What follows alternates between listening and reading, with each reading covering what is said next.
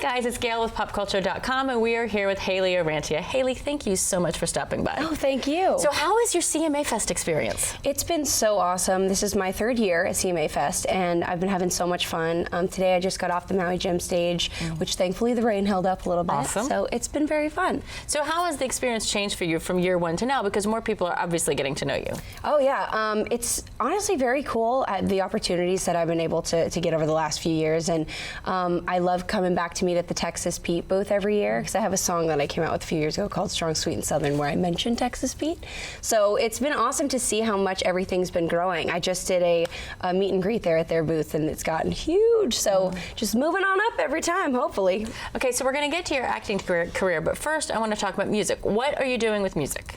So I just released an EP called The Way Out, and it's a very emotional EP. It's kind of a long story, but I dated someone, and it ended up being a very traumatic kind of ending. I found out he was stealing a lot of money from me, lying about who he was, all kinds of weird stuff. Jerk. And I know, right?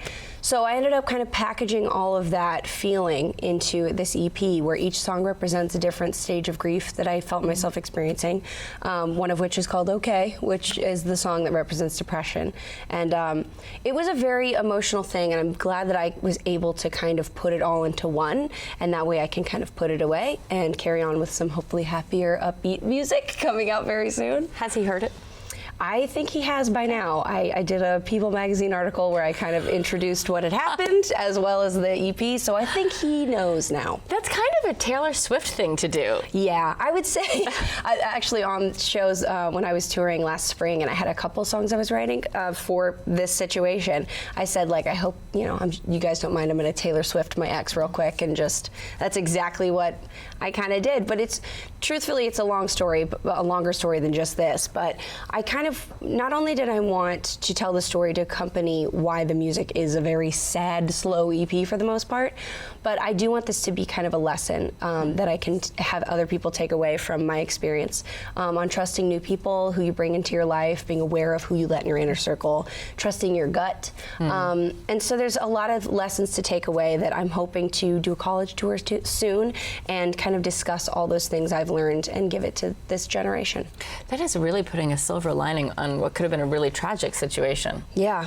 So let's talk about happy things. The Goldbergs. So you started that show when you were young, and you didn't intend for that role to be a music role starting out. Right. I was 19 when we started, and the role was just said, like, older sister, she's sassy, was a nerd when she was younger and got popular, and but nothing musical. And I'd mentioned to the creator, I said I would love to do music, even if it was just like a song in the credits once. But he was very nice and offered to do a scene where I sang on the show, and I guess they liked it, because now my character's been doing music for the last 6 seasons. Wow. Yeah. What's the best part about being on the 80s show? That's such a great era, especially for music. Yes. Oh my God, we have such fun songs that we get to cover on that show.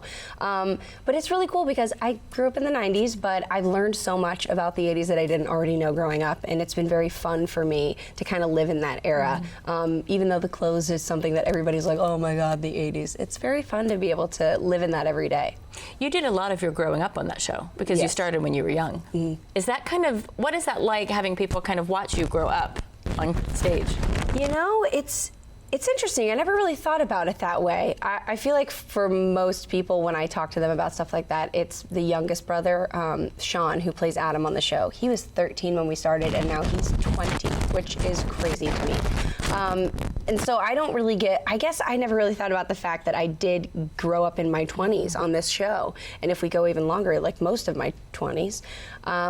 But, it's great that I have these people that I get to work alongside, and I've learned so much from them as far as comedy and film and improv. And it's very cool that I get to experience all that at such a young age. So hopefully I can carry that with me on to future projects. So talk about the Goldbergs being renewed and what that felt like for another season. It's honestly crazy. I keep forgetting that we've done 6 seasons. We just got renewed for season 7. And yeah, staying on ABC Wednesday nights. It's really wild. It flew by, but I'm so grateful that I have the opportunity to be working on the show as long as we have. And we had a spin-off show called Schooled, which is set in the 90s, that I was very happy to cameo on a little bit this last season. And they got picked up for season 2. So I'm really crossing my fingers that I can jump in on that some more. And you're ready to go for a lot more seasons on the Goldbergs? I would love to. We did just get picked up for 1 season so far, but usually we'll find out near the end of this next one whether or not we get an 8. But I hope we go 10 seasons. I actually made a joke with my castmates that if we go 10 seasons, I'm getting a tattoo. There you go. 10 seasons. We're pulling for it. Yeah. What other acting projects are you working on?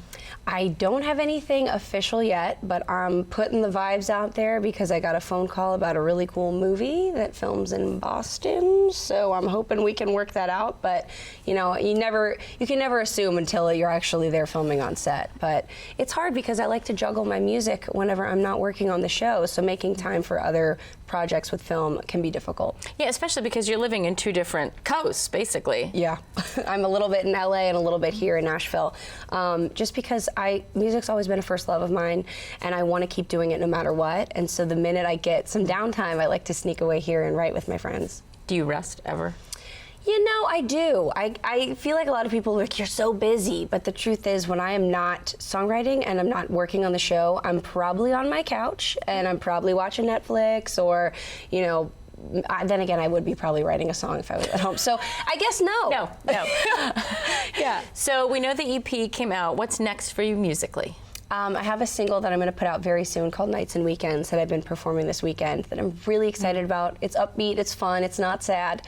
And I'm going to be writing a ton this next few weeks and hopefully finding another song that I can keep this momentum going. Because, like I said, music is my first love. And if I can just keep it going as the show's going, then I will stay very happy. And then you'll come back and talk to us again about it. I would love to. I'm hoping CMA Fest 2020. There you go. go. You know? We'll be here too. For more on Hayley and all your other favorite artists, please visit popculture.com.